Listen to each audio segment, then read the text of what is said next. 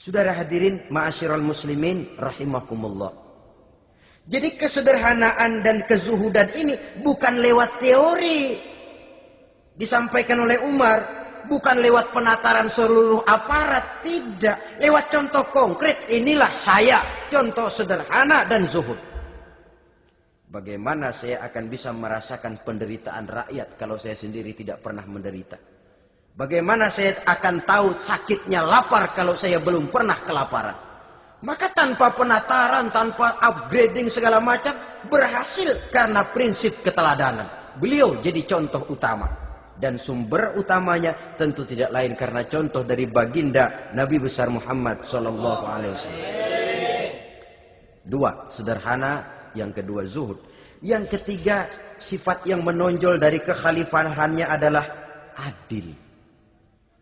Kalau sudah bicara soal hukum, dia tidak pernah kenal kompromi. Adalah seorang pemuka Nasrani masuk Islam. Namanya Jabalah bin Aiham. Ketika dia bikin haji, kain ihramnya keinjak orang Arab yang hitam. Badui. Jengkel. Dia merasa bekas tokoh. Enak aja nih orang udah jelek nginjak lagi. Ditempeleng orang tadi. Panggil Jabalah bin Aiham. Panggil. Kau ditampar? Betul Khalifah. Tampar dia. Tampar lagi. Dipukul orang itu. Di depan Sayyidina Umar. Jadi tidak karena kau ini bekas kepala suku. Kau ini bekas orang terhormat. Lalu ada kebijaksanaan yang tidak bijaksana.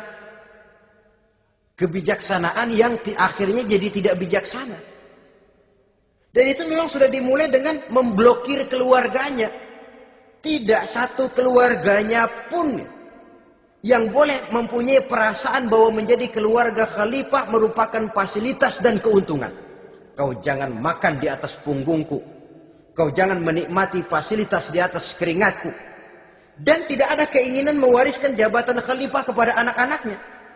Pernah beliau musyawarah, saya bingung, kenapa khalifah? Gubernur Kufah ini sulit nyari orang. Diangkat yang lemah, rakyat ngeluh. Diangkat yang keras, rakyat juga ngeluh. Ada calon khalifah. Kalau ini mah nggak salah lagi nih buat gubernur Kufah. Siapa? Abdullah bin Umar. Anak beliau sendiri. Melotot matanya. Jangan macam-macam kau. Cukup satu orang Umar memegang jabatan ini. Kalau berhasil, kami keluarga Umar sudah merasakannya. Kalau gagal, cukup kegagalan seorang Umar. Tidak berusaha mengorbitkan anaknya. Wah, anak babeh diangkat jadi ano. Tidak, malah diblokir. Cari yang lain. Tapi Abdullah bin Umar cukup syarat ya khalifah. Dia orang bertakwa dan soleh.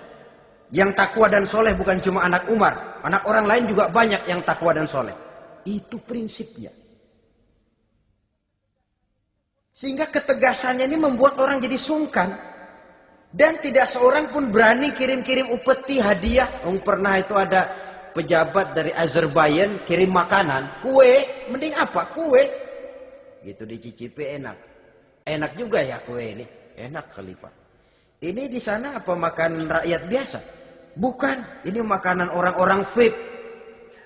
Nah, dibungkus lagi itu kue. Dibungkus. Ontamu mana? Di luar. Ambil, bawa pulang, serahkan lagi kepada gubernur di sana, kasih tahu salam dari Umar bin Khattab. Kenyangkan dulu rakyat dengan makanan seperti ini. Kita belakangan. Jadi kalau rakyat lapar, saya orang pertama yang akan merasakan kelaparan. Tapi kalau rakyat makmur, biarlah saya menjadi orang terakhir yang kenyang. Kan bagus prinsip itu. Jikalau rakyat kelaparan, saya akan jadi orang pertama yang merasakan lapar. Tapi kalau rakyat makmur, biar saya jadi orang terakhir yang kenyang. Jangan dibalik. Pada saat rakyat kelaparan, dia kekenyangan. Dan selanjutnya, sikap keadilannya ini, saudara-saudara, menyebabkan hukum lalu jadi berwibawa. Pernah beliau jalan-jalan di lorong kota Madinah. Di tempat yang namanya Harah bersama Aslam. Ada ibu-ibu, anaknya nangis. Lapar ma. Sabar, dikit lagi matang katanya. Emang tuh ibu lagi ngerebus. Bunyi, air ngegulak. Luguk. Umar lihati dari jauh. Belum juga matang. Nih anak dari nangis, lapar, sampai capek nangis, sampai tidur. Anak tidur, Umar samperin. Bu, yang masak apa sih kok nggak bisa matang?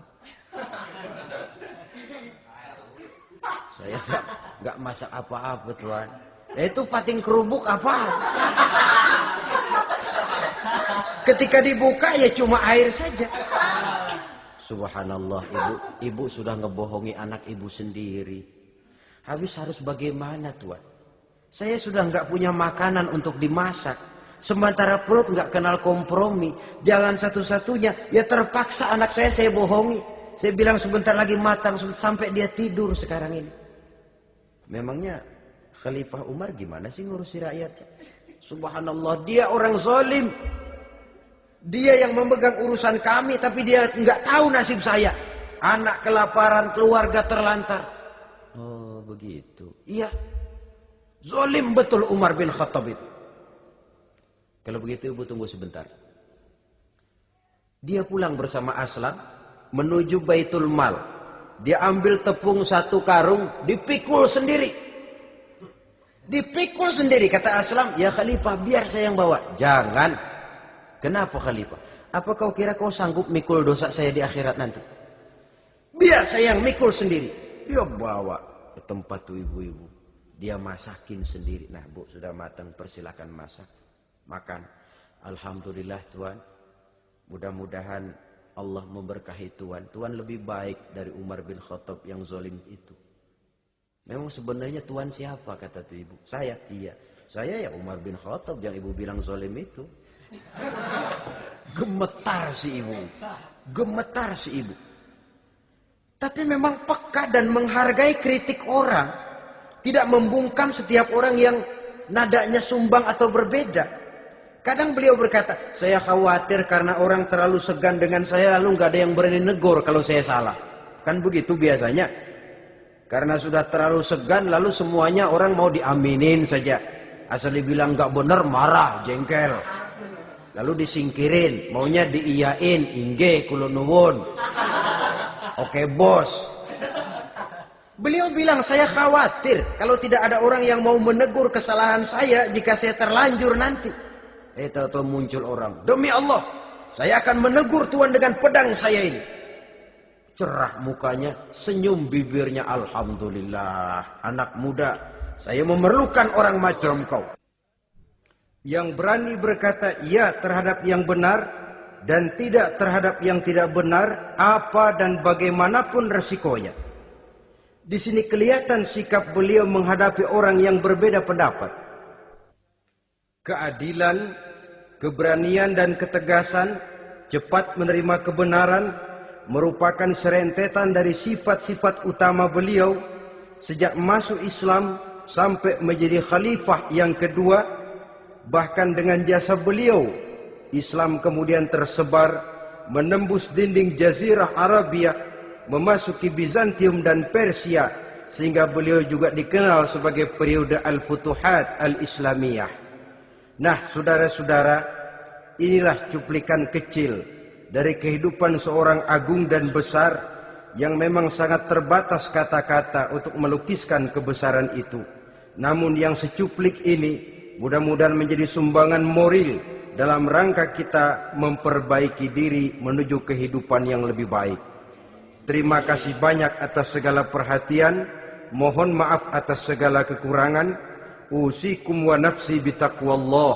Wassalamualaikum warahmatullahi wabarakatuh. Waalaikumsalam.